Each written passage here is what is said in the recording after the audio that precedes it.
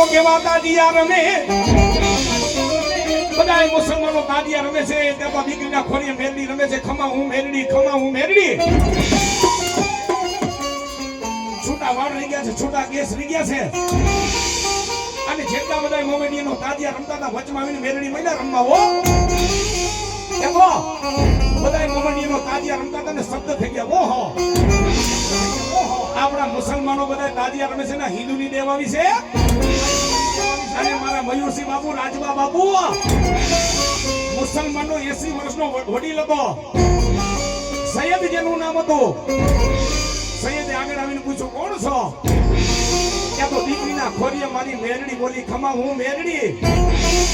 તો કે અહીંયા આવવાનું કારણ શું આ તો મારું મોમેડિયનનું આખું ગામ છે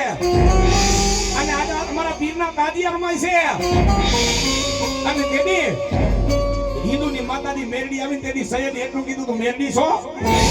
તો કે હા તો કે મારા ઉદરમાં શું વાત છે ની વાત કહી દે ને તો હાજી ને કે મેરડી ખોટી મારા ઉદરમાં શું વાત છે કહી દે અને મયુરસિંહ બાપુ